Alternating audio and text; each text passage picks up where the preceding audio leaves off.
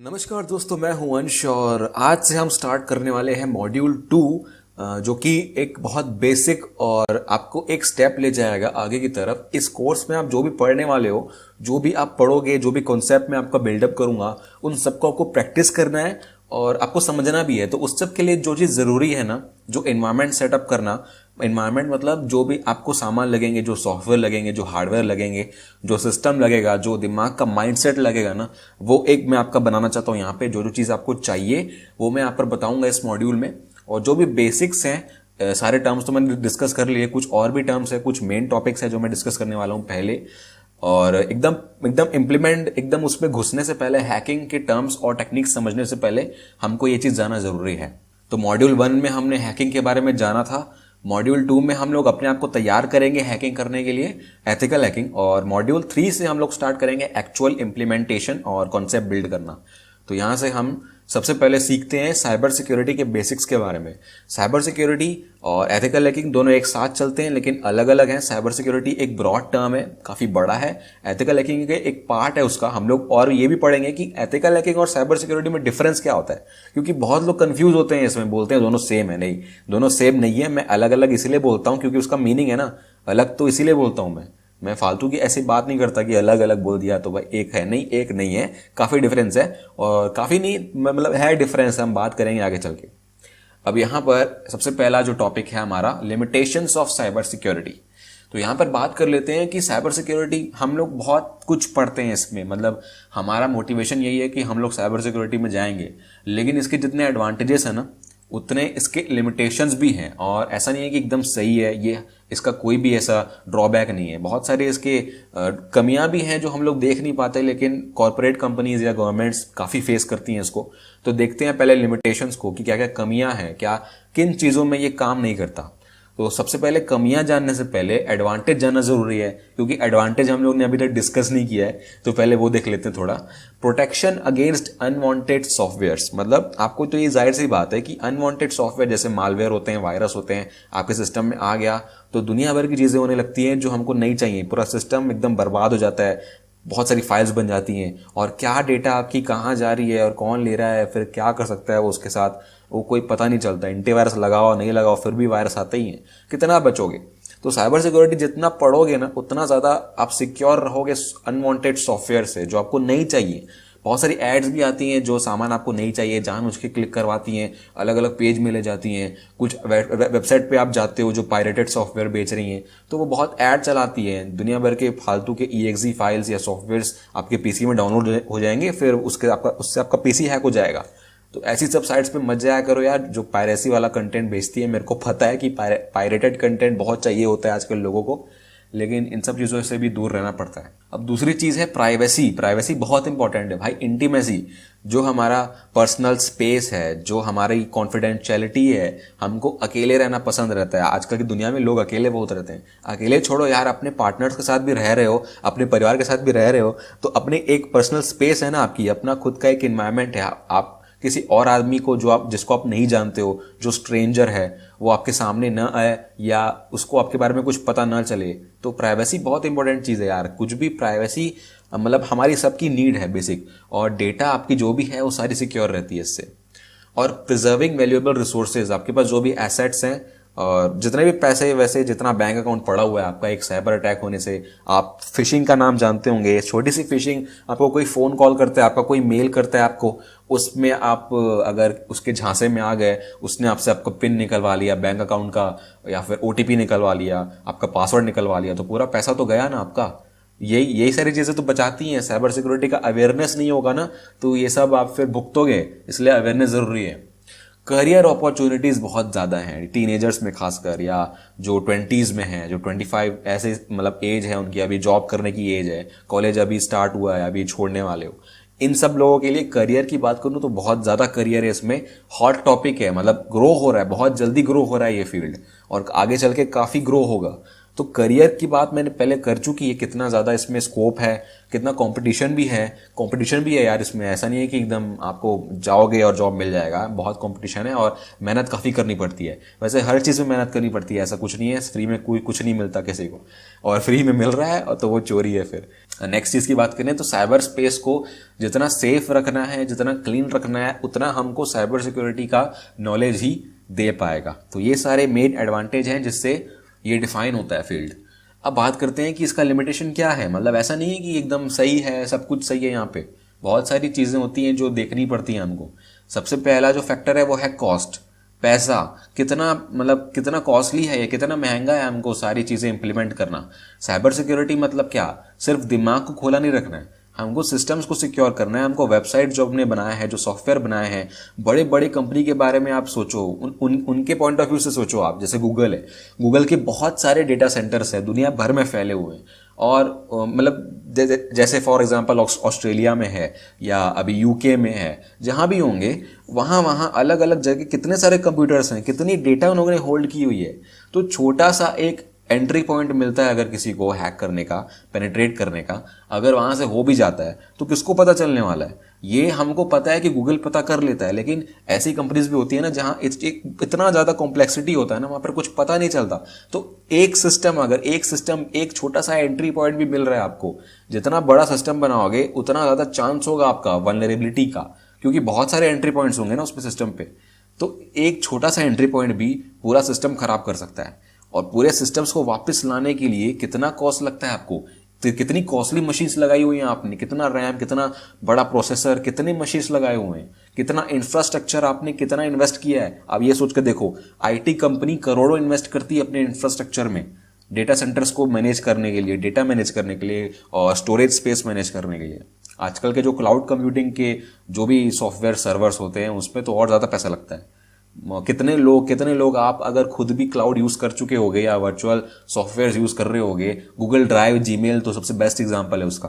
तो यही सब है यार, मतलब कितना यूज़ करते हैं हम लोग गूगल को। तो अगर वो एक दिन ऐसा कर रहा है, ऐसा हो गया उसके साथ, साइबर से कोई अटैक हो गया, तो कितना ज़्यादा कॉस्ट आएगा उसको रिकवर करने के लिए। ये सोचो आप, आपका छोटा सा हार्डवेयर अगर फेलियर हो जाता है तो 2-3 हज़ार का तो आपका हार्ड डिस्क आ जाता है, उनको करोड़ों का नुकसान होता है।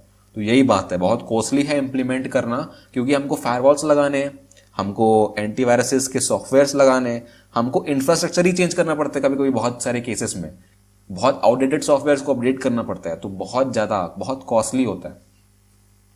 दूसरी चीज है बैड कॉन्फ़िगरेशन। कॉन्फ़िगरेशन का मतलब क्या, हमने कोई अगर सॉफ्टवेयर बनाया है, हमको उसको सिक्योर करना है। फॉर एग्जांपल मैंने बैकएंड पे, मेरे पास एक लैंग्वेज है पीएचपी में पढ़ता हूँ, बैकएंड पे मैंने पीएचपी यूज किया है वेबसाइट के लिए। अब पीएचपी का जो मेरा वर्जन है ना, वो बहुत ही मतलब नया वर्जन यूज कर रहा हूँ मैं, एकदम अपडेटेड, मैं एकदम कन्विंस हो गया हूँ कि अब मेरे को कोई अटैक नहीं कर सकता। बहुत नया वर्जन है पीएचपी का, उसमें कोई बग नहीं है, कोई ऐसा पब्लिक उसमें एक्सप्लॉइट या सीवी ही नहीं है। अब मैंने क्या किया है ना कि मैं अभी वेबसाइट बना रहा हूँ, और बहुत टाइम तक मैंने वेबसाइट बनाई, बहुत सारे डेवलपर्स हैं अलग अलग, मतलब दुनिया भर में फैले हुए हैं। तो मैंने कुछ जो चीज़ बनाई हुई है वो चीज़ मेरे को दूसरों को दिखानी है, तो उसके लिए मैं क्या कर रहा हूँ, मैं अपने सर्वर पे एक डिफॉल्ट एडमिन पेज बना दिया मैंने। मतलब सिंपली एडमिन पेज बनाया है मैंने, उसका मैंने पासवर्ड बहुत सिंपल सा रखा हुआ है, डिफॉल्ट पासवर्ड रखा हुआ है। तो मैंने डेवलपर्स को बोल दिया कि आप इस लॉगिन क्रेडेंशियल से जो एडमिन का जो भी पैनल है वो खोल सकते हो, जो भी चेंजेस किए हैं वो कर सकते हो। तो अब मैं क्या कर रहा हूँ, मतलब पब्लिश करने से पहले, वेबसाइट पब्लिश करने से पहले मुझे क्या करना था, मुझे डिफॉल्ट पेज को डिसेबल करना था, लेकिन मैंने डिसेबल नहीं किया, ये मैंने मिसकॉन्फ़िगर कर दिया उसको। मतलब एडमिन का जो पेज है उसका पासवर्ड डिफॉल्ट ही है अभी भी, और एडमिन का पेज विजिबल है, पब्लिकली विजिबल है। अब किसी केस में किसी हैकर ने मेरी वो डायरेक्टरी देख ली वेबसाइट में, और मतलब वहां पे जो एडमिन जहां का पैनल है, उस पैनल में वो गया, वहां पर उसने देखा कि पासवर्ड डिफॉल्ट है, उसको कैसे पता चलेगा, वो ब्रूट फोर्स करेगा। जाहिर सी बात है यार, डिफॉल्ट पासवर्ड के ब्रूट फोर्स में ज्यादा टाइम नहीं लगता, मतलब मिनट्स या सेकंड से लगते हैं उसको। तो अब उस केस में वो एडमिन पैनल एक्सेस कर लेगा। भली मेरा पीएचपी का वर्जन सबसे लेटेस्ट है, मैंने पूरा कोड एकदम सिक्योर बनाया हुआ है, कोई भी ऐसा एंट्री पॉइंट नहीं छोड़ा, मैंने सारे इनपुट को वैलिडेट किया, लेकिन कॉन्फ़िगरेशन में दिक्कत आई यहाँ पर। मैंने एरर लॉग्स को छुपाया नहीं फॉर एग्जांपल, या इस केस में मैंने एडमिन पैनल का डिफॉल्ट पासवर्ड चेंज नहीं किया है, या मैंने स्टैक ट्रेसेस को छुपाया नहीं है, एरर को नहीं छुपाया। आप जानते हैं एक हैकर के लिए मतलब बहुत बड़ा गिफ्ट होता है कि आप एरर छोड़ रहे हो, एरर दिखा रहे हो। एक सिंपल सा एरर भी दिखाते हो ना आप, तो हैकर को बहुत कुछ पता चलता है उससे। हैकर का मतलब आप बोल सकते हो मोस्ट प्रेशियस एलिमेंट एक एरर ही है। डेवलपर के लिए नहीं होता है लेकिन हैकर के लिए होता है, क्योंकि उसको बहुत कुछ पता चलता है हर चीज़ के बारे में, कौन सा सर्वर है, कई केसेस में तो वर्जन पता चल जाता है। तो ये चीज़ बहुत खतरनाक हो सकती है, उतना ही जितना कि एक साइबर अटैक। और फिर difficult to choose the right solution. बहुत सारे सॉल्यूशंस हमारे पास अवेलेबल है मार्केट में। काफ़ी सारे वेंडर्स हैं साइबर सिक्योरिटी सॉल्यूशंस प्रोवाइड करते हैं, जैसे स्कैनर्स प्रोवाइड करते हैं, जैसे फॉर एग्जांपल क्वालिस, नेसस और एक्यूनेटिक्स। बहुत सारे ऐसे सॉफ्टवेयर्स हैं, वल्नरेबिलिटी स्कैनर्स हैं। तो कौन सा हम लोग चूज कर ले, हमारे लिए कौन सा सही है? अगर आप कॉर्पोरेट पॉइंट ऑफ व्यू से सोचोगे कि एक कंपनी है जिसके पास सिर्फ एक ऑफिस है, सिर्फ एक बिल्डिंग है और वहां पर उसने कई सारे कंप्यूटर लगाए हुए हैं, तो उसको एक सॉल्यूशन सिलेक्ट करना है ताकि उसका जो एक्सपेंडिचर है उसमें फिट हो पाए। तो वो सॉल्यूशन फिट होना चाहिए ना। अब उसके बाद उसको नॉलेज नहीं है उस बारे में, साइबर सिक्योरिटी की कोई एक्सपर्ट नहीं है उस कंपनी में, कोई गाइड नहीं कर सकता है कि क्या सॉफ्टवेयर यूज करना चाहिए उसको सिक्योर रहने के लिए। लेकिन एक बहुत बड़ी कंपनी है, दुनिया भर में मल्टीनेशनल कंपनी है वो, जैसे गूगल हो गया, फेसबुक हो गया, ये सारी कंपनीज के पास बहुत ज़्यादा डेटा है, बहुत ज़्यादा इंफ्रास्ट्रक्चर है। तो वो कौन सा सॉल्यूशन यूज करे ये भी उसको सेलेक्ट करना पड़ेगा ताकि मिनिमम कॉस्ट में मैक्सिमम चीज़ कवर हो। तो ये डिफिकल्ट होता है, इतने सारे सॉल्यूशन, इतने सारे हमारे पास चॉइसेस है ना यहाँ पे सॉफ्टवेयर्स की और हार्डवेयर की, कि हम लोग चूज नहीं कर पाते हैं अपने अकॉर्डिंग, अपने नीड के अकॉर्डिंग। अब अवेयरनेस की मैं बात करूं तो यहाँ पर ये बहुत बड़ा एक डिसएडवांटेज है हमारा, कि हम लोग को पता भी है कि ये चीज होती है, रोज हो रही है, यहाँ पर रोज अटैक्स हो रहे हैं, रोज लोगों के पासवर्ड्स लीक हो रहे हैं, लोग रोज रोज उनके बैंक अकाउंट्स हैक हो रहे हैं, लेकिन फिर भी हम लोग नहीं सुधरते हैं। क्यों नहीं सुधरते यार? हम लोग मतलब हमारे पास एक मोबाइल फोन है, हमने वहां पर बहुत चीज़ों पे लॉग इन किया हुआ है, हम लोग बोलते हैं कि यार लॉग आउट क्या करूंगा यार, छोड़, अब मेरा ही फोन है, कौन लेगा उसको। तो यही तो है भाई अनअवेयरनेस। आपको पता है यार कि होते रहता है, फिर भी आप नहीं, मतलब एक कुत्ते की दुम होती है ना, बहुत सारे लोग ऐसे ही होते हैं, उनको पता है लेकिन फिर भी बोलते हैं यार मेरी डेटा लेके वो लोग क्या कर सकते हैं, मेरी डेटा से लोग क्या करेंगे। लेकिन वो क्या क्या करते हैं वो आपको पता रहना चाहिए, मतलब क्या होता है एक्चुअल में आपको पता ही नहीं है। आप इतनी मतलब इमेच्योर टाइप की बात कर रहे हो। ओवरलुक करना इन सब चीज़ों को, अवेयरनेस न होना, यही सब बढ़ावा देता है साइबर अटैक्स को। दूसरों को देखते हैं आसपास उन पे अटैक्स हो रहे हैं, लेकिन जब तक उनके खुद के पास अटैक नहीं होता ना, तब तक उनकी अकल ठिकाने नहीं आएगी, तब तक उन लोग समझेंगे नहीं नीड को, तब तक उन लोग क्या है डिफॉल्ट पासवर्ड लगाते रहेंगे। उन लोग मतलब नॉर्मल पासवर्ड लगाएंगे, एकदम सिंपल सा डिफॉल्ट टाइप का, और बहुत सारी साइट्स में बहुत ज़्यादा अलग अलग जगह, दुनिया भर की जगह जाएंगे, सेम पासवर्ड से अकाउंट बना लेंगे और बोलेंगे कि भाई मेरा बहुत बड़ा मतलब इंटरनेट पे बहुत काम करता हूँ मैं, तो मैं बहुत डिजिटल हूँ। यहाँ पे जितना डिजिटल हो ना आप, उतना ज़्यादा बेवकूफ़ बन रहे हो आप, मतलब एकदम इस दुनिया में है, इस दुनिया में हमको किसने कंट्रोल किया है हमको नहीं पता, कुछ भी हमारा नहीं है यहाँ पे, इंटरनेट भी हमारा नहीं है, किसका है, कौन यूज़ कर रहा है और कौन मैनेज कर रहा है, हमारा कुछ भी नहीं है यहाँ पे, ठीक है। जो चीज़ आपकी नहीं है वहाँ आपको वल्नरेबल रहना ही रहना है। तो ये चीज़ आप समझ के चलो ना।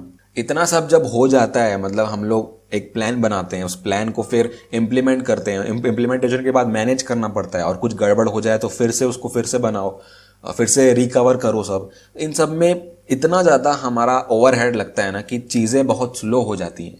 हमारा नॉर्मल जो बिजनेस चल रहा है उससे काफ़ी स्लो हो जाता है। ऐसा नहीं है कि एकदम हमेशा स्लो रहेगा, शुरू शुरू में जब हम लोग फर्स्ट टाइम इम्प्लीमेंट करते हैं तो काफ़ी स्लो हो जाता है यार, जाहिर सी बात है, हम एक्स्ट्रा काम कर रहे हैं, एक्स्ट्रा टाइम दे रहे हैं इस चीज़ को, तो इतना स्लो हो जाता है। हमको ये परवरता नहीं है, हमको मतलब क्या बोलते हैं उसे, हमको ये जमेगा नहीं कि हम लोग बिजनेस हमारा कम कर दें, प्रॉफिट की तरफ ध्यान न दें।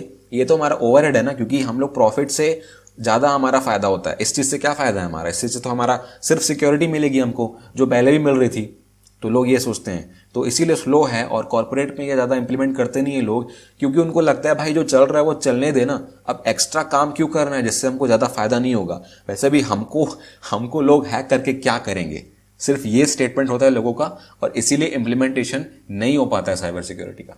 तो आज की वीडियो में बस इतना ही, लिमिटेशंस ऑफ साइबर सिक्योरिटी था। तो नेक्स्ट वीडियो के लिए देखते रहिए, सीखते रहिए, और गुड बाय।